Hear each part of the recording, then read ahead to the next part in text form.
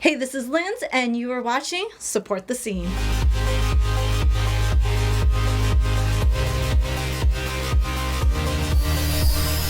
Hey, this is Jade from Support the Scene. I'm here with a very special guest, and we have some tips and tricks for you.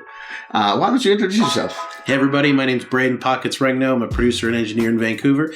I'm super happy to bring together kind of a collection of things that don't have to do, but you probably should if you're going to release a song. At least take a peek at it. I know the process can be a lot, so I just wanted to make it a little bit easier for anyone attempting their first release or their 100th, because it's a good reminder or a first-time lesson. And one of the things is that things have changed so much back in the day when, you know, big record labels were releasing things to now independent artists are releasing things, but even things have changed beyond that, where it's almost like micro transactions that you're doing with your fan base more often. Yes. It's become, some people will call it like a super fans thing. Others will call it like, I don't know, different levels of marketing, but it shifted from having someone do all the work for you to really, you have to make these connections yourself, not just throwing stuff up online, but like creating personal connections with people. If it's going to be like custom art or merch drops or like even the opportunity for them just to connect with you for a few minutes on the side, even if you're not charging them, it doesn't really matter. Just to create that deeper connection. And there's a bit of a separation with some people that it seems like you don't need to do that. And you can create an allure of illusion, which can be cool sometimes depending on your project. But like, it's hard to really move forward with a career when people don't know how to get a hold of you or buy your stuff or support. Well, and that's the thing now, like, before when you were trying to build this allure, as you said, you know, it's that celebrityism that's untouchable, that's godlike, Beatles 1D kind of thing like that. Sure. But now people want to know everything you do and want to be able to reach out and be a part of that journey. I mean, everyone loved watching American Idol when they were able to be a part of that journey right off the bat. Texting it. Voting like, I voted for them and we built this. That's my person. Even now up to Shawn Mendes' Charlie Puth, Shawn Mendes, I can't remember, one of them, Light Switch. Their recent release with it was on TikTok. They did they were like, let's build this song together. I got the song, and then they did some stuff, worked on the verse and the chorus, all through social media. Oh wow. And then basically everyone's been waiting for this song to drop. And then he's like, I talked with the label, like, you know, we're going to do it, blah, blah, blah. And then basically built it from the ground up. So everyone was so stoked on this song. So I don't know the story. So you're telling me that he crowdsourced a track? Basically. So basically everyone, he'd released a TikTok saying, I got this light switch, I made the song, and then it's like, and he's like, it's so tight. And so he built the beat with everyone, and then he did start working on lyrics and tossed lyrics out there. People like commented and just like really built it. Pretty cool. And then all of a sudden the track drops and just breaks records. And so this is news. That's my fault for not being up on this. I love that process. My first thought is that's going to be the world's longest split sheet. Yeah, I know, right? Like you just take a look at who was involved in the YouTube comment section, in the stream, and you're just like, okay, can you draft this up for 7,000 people? Yeah. Well, and that also brings you to like, where does the line stop? No longer is that who's in the room to get writing credit. Oh, now it can go on to where does the line really end with collaborations, texting each other, bouncing ideas off each other. Are they writers, even though they sent you an idea through a text? Lizzo did that. Lizzo had that Lizzo had that where it was one of the main lines was based off of a tweet from someone she was following, and he integrated that in, and then there was like a little bit of a kerfuffle, and it ended up being good, and Liz was like, okay, I'm gonna catch you in, and like gave her some money and supported it and stuff, but it was getting a little bit like, are you allowed to take what I wrote in a tweet and use it? Right. Yeah. And it's just kind of a new precedent of the collaboration thing. That's where I'm like, how would you pull that up? How would the label agree to that for the crowdsourced track? I think you'd have to be at that, or you don't have to be at that label. Christ, go for it. Give it a shot. If that works out, for the love of God, tag me. It's just so this track works out. Or a comment on the live stream, because that actually sounds super fun. I'm down. And then also with that is the level of after marketing, especially with that track. Yeah. With the people doing the parodies, using the TikTok sounds, all that kind of stuff, that basically boosted the song itself beyond an original release. Yeah. You know, you release a song that's that good that everyone wants to sing along to and make their own videos to. Yeah. That pushed that even that much further. And like you can say, you know, if you were a part of that in that one little way, or someone said, yeah, I had that word in the comment, you're going to tell so many people about that. Yeah. That is the best marketing tool I think I've heard in a long time. That's fantastic. No, props to him for doing that. Yeah. But getting into your list. Yeah, let's do the list. Okay. Yeah, read it off. So we're going to go through this. We're going to do all of them. There's 19. It's kind of a lot, everybody, but okay. I'm going to bust out my phone here because I didn't remember all of these. We're going to have links in the description and comments to it. I've got it in a link tree. I'm going to make sure that the document's available for everybody. Please just share it and make sure people know, because the more people who understand how to release songs properly, the more people see your songs. So just off the top, we're going to hit the main ones. This is the most important by far. Register with a PRO. That's your publishing rights organization. SOCAN, BMI, or ASCAP. We're in Canada, so we're dealing with SOCAN. They're a great company. I just signed up for a grant with their foundation yesterday for training for myself. They want to help artists. SOCAN. Register with SOCAN. Number 2, register your publishing with SOCAN, which I'm actually going to change soon, because now they will do some of that automatically without that I'm just learning. They just acquired a new organization. Something's changing with that soon. But publishing is a different side than registering with your PRO with your writing. This is multiple sides of a coin, or a dice. It's a very strangely shaped dice. You want to also register with Sound Exchange. That one's super important. They deal with mechanical royalties. So if you want to have stuff streaming on satellite radio, for instance, they can collect a lot of money for you and will see significantly better results. So those are a few of your most basic and important ones for songwriters to deal with. The next is a really cool service called Earshot Distro. Earshot is a collection of all Canadian college radio stations. At the moment, I believe there's 120, and it's about $5 to $10 per song to sign up to get your tracks in front of these people.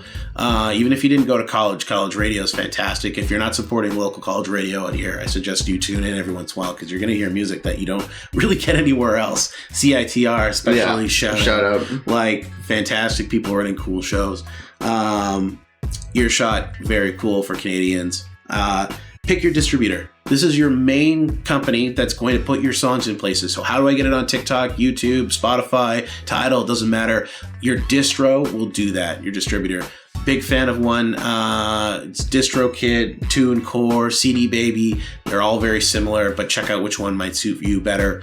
Ultimately, they're all going to try and get your music in the most places that you can. That's kind of the main key focus of it.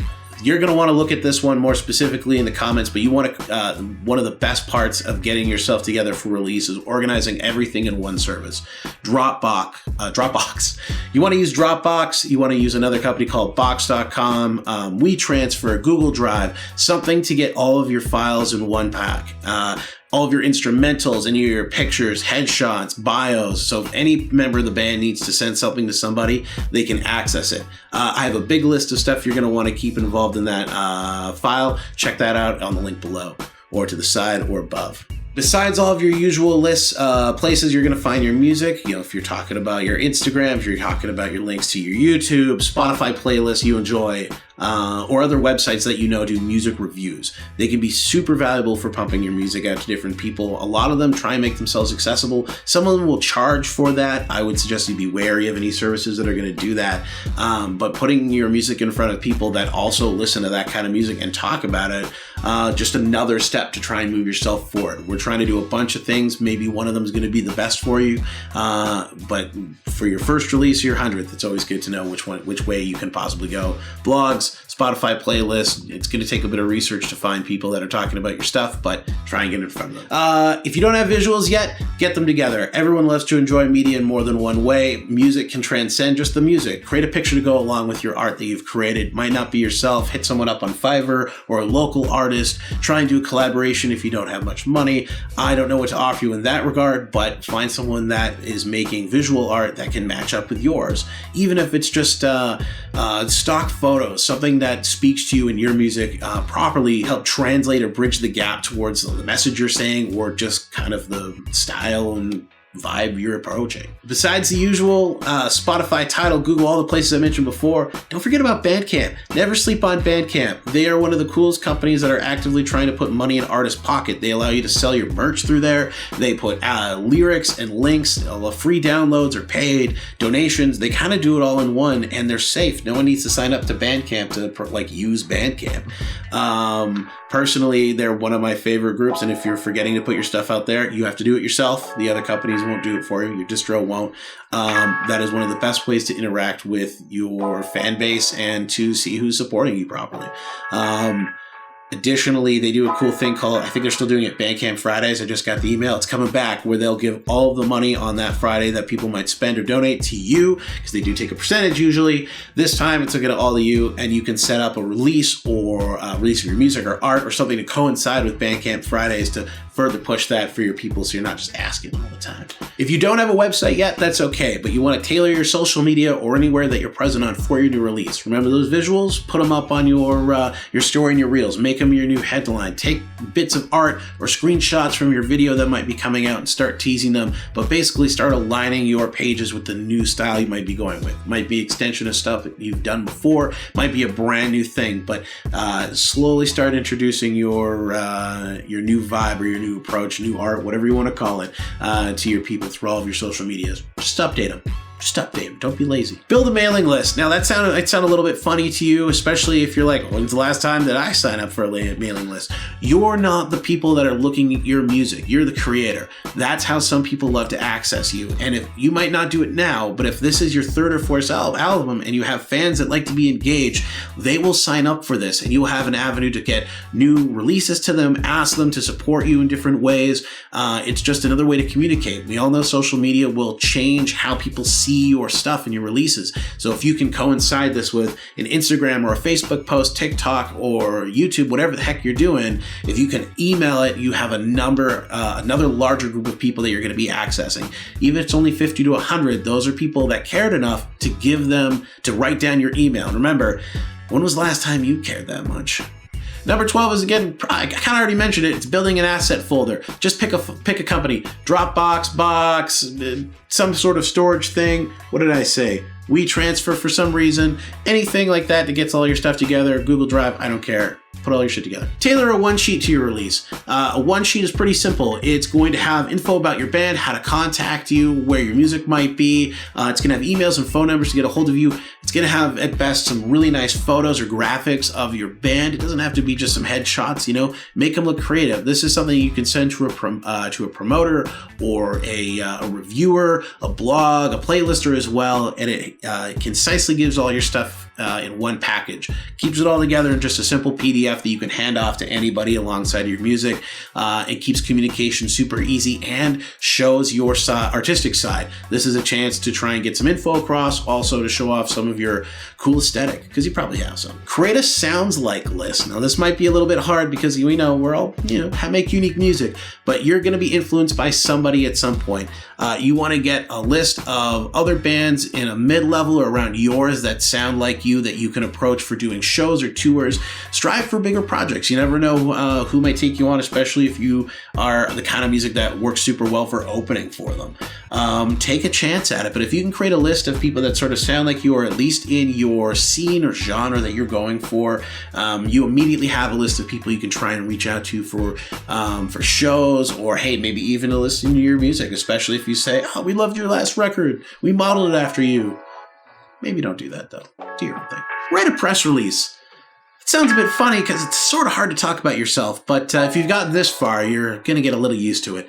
Writing a press release is easy, because remember how lazy we can be at times. Well, reviewers can do the same thing. They need some help. You want to give them a paragraph or two, talk about your band, big yourself up a little bit. This is your chance to, tell them how you want to be represented. And hopefully going forward with for people who don't read your press release, that it'll give them a good chance to write about you a little better and more uniquely. Sometimes they don't spend the time on it. You want to give them a little bit of help. The more chances people have of seeing you, either in media they follow or just the fact that like, oh, wow, so-and-so got 5 different reviews. That's looking pretty great. That'll help move your career forward. Have fun with it.